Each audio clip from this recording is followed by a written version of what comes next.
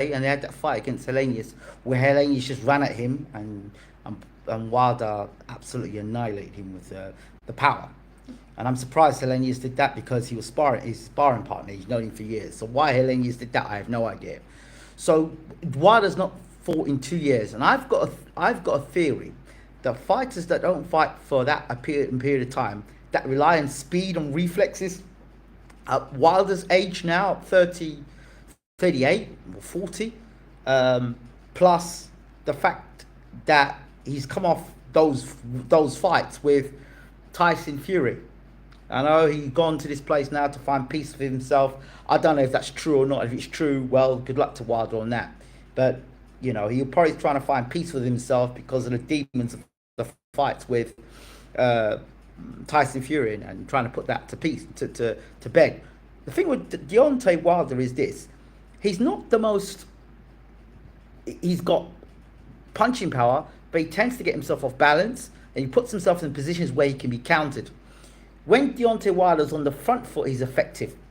And once he can get you at range and he can detonate that right hand, you've seen it. It's like bow and arrow. It will knock you out. The thing is, for Josie Parker, I would tell Josie Parker his best way to fight Wilder is to test that timing out. Force him to be there and then not be there. Do you know what I mean? To feign. When Wilder throws, like, Wilder's got a habit of when he moves around the ring, he keeps his hands in the air. When he puts his hands in the air and he keeps his hands up like that, that's the time we can attack him, because he's got no defense there. His hands in the air and he's moving around the ring. It's a dangerous thing. Now, again, before, I don't rate Malik Scott as a trainer on what he's done with Wilder. Now, they've gone back to 215 or 213, 215 he's weighed in at. Is that Wilder's best weight? It may have been his best weight in his heyday, and the best part of his career. I don't think Wilder, in my opinion, is going to be any better.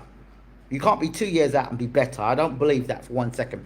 Yes, he's got that right hand. And if you listen to all the interviews, it's been Wilder and that right hand. What happens if he doesn't land that right hand? Or what happens if he can't land the right hand the way he normally would? Because those fights where he was landing the right hand, he had timing. He was regularly fighting. So, has the 2 years had anything? Has the Tyson Fury fight had any impact? Now, 213, 215, still light for Wilder. And people think that's his best weight. That was his best weight when he was at his best. But they tampered with his weight. They didn't know what his best weight was. They had him coming heavy in the last fight against Fury. And then the fight before that, he was at another weight, and then he was at another weight. So he doesn't know what his best weight is. So I hope now, between him and Malik Scott, they've got the weight. I am concerned about the weight. I do. And it's all right throwing punches at guys that won't throw punches back, or guys that are scared of you. I think Parker is the better boxer. And I would say that if Wilder wins this fight, it's his best win. If I'm Parker, I'm saying, when you get in, get close and do your work up close. Because actually, if you get up close with Wilder and you let shots go, he's very vulnerable. And he was going over to shots with Fury because he was heavy. He was weren't particularly that big, but he was wide open, defense-wise. So I'm going to lean to Parker in this one.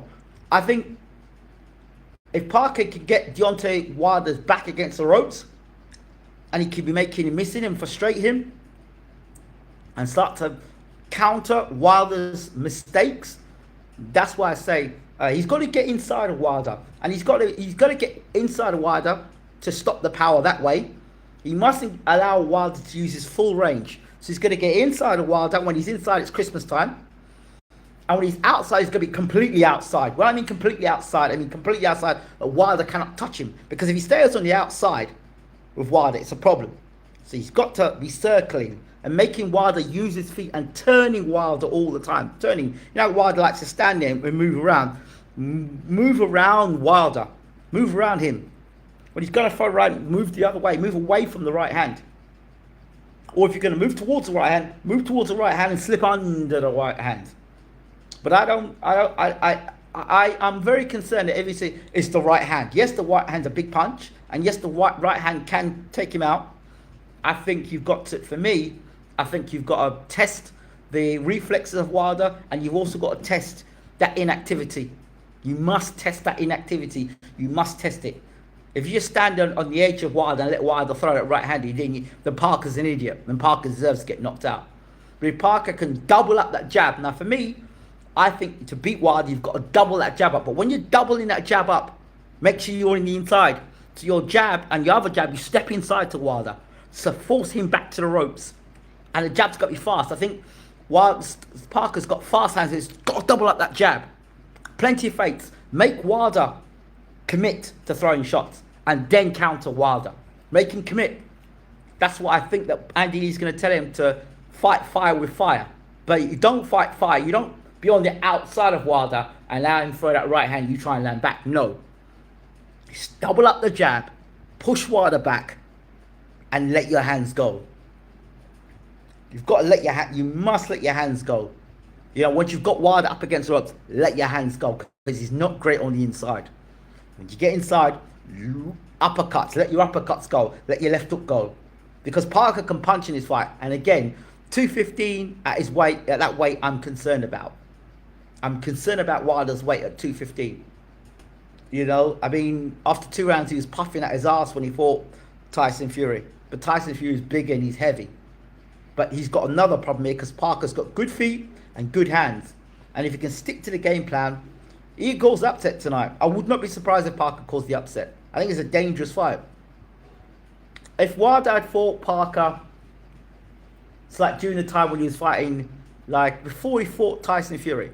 If Wilder had fought Parker then, I wouldn't have concerns. But Parker, ring activity, being in a ring generals, you can do all the sparring you want. Because remember, they had a year to prepare for Tyson Fury. 1 year to prepare. And what happened? So I hope they've learned from their mistakes, Wilder, and they don't just think they're going to walk out there and knock Joseph Parker out. Parker's got to put the fight to Wilder. If I'm actually Parker, I'd jump on Wilder. I'd jump on him, literally jump on him, catch him by surprise. You know, because he's hoping on all this fear tactic. Oh, I'm a devastating puncher and stuff. You're a devastating puncher, but you've been knocked out twice in 3 fights. That's the thing that people keep talking about. You are a puncher and you've knocked people out, but you've also been knocked out as well, twice. And it's not like, I wouldn't say, I'd be looking to myself and saying, as Parker said, if I hit him on the chin, he's going to go. I'm a faster puncher than Tyson Fury, and I'm more explosive movement than Tyson Fury. So, and I think that fight against Joe Joyce is definitely going to give Parker some help, because I think that when you know you're going in with a guy who can punch and he's big, I know he got knocked out by Parker. He went toe to toe with Parker. Oh, with Joyce, sorry. He went toe to toe with Joyce. So Joyce is just like a unit. And Wilder's not built that way. Wilder's got speed. But how quick is Deontay Wilder now, 2 years on? Is he the same Deontay Wilder? I doubt he is. Let's just see how he is tonight. Let's see the transformation from Deontay Wilder to the Bronze Bomber. Did Tyson Fury take Deontay Wilder's soul? Did he take the best of Deontay Wilder? What is left of Deontay Wilder? If he knocks out Parker, I'm telling you now, that's the best performance of his career if he knocks out Parker. There's one side of me that makes me think that Parker could be winning the fight, and then Deontay Wilder lands an almighty right hand and knocks Parker out. There's that scenario I see. But then I see another scenario of Deontay Wilder looking terrible because of the time and the time off, and Parker taking advantage of it. Let's see what happens. Talk is cheap, and we know that Wilder's got tremendous punching power, but I think Parker can punch as well. And I think that the experience with Andy Lee and Tyson Fury, I think that's key as well. But remember, while I talk about Andy Lee and Tyson Fury, Fury had already beaten Wilder in the second fight. That's different. You're fighting a guy that's psychological, got something over another guy. And it took a year to prepare to fight Fury again. I don't know. We'll see. Again, I've got question marks about Malik Scott, but we'll see tonight what Malik Scott's about with Deontay Wilder. Tonight we'll see it all. Right, that's it for me. Again, 215. 213, 215, that weight, I'm still concerned about it. It doesn't sit well with me. I could be wrong. Thanks for watching. Let me know what you think in the comment section beforehand. I'll be back straight after the fight.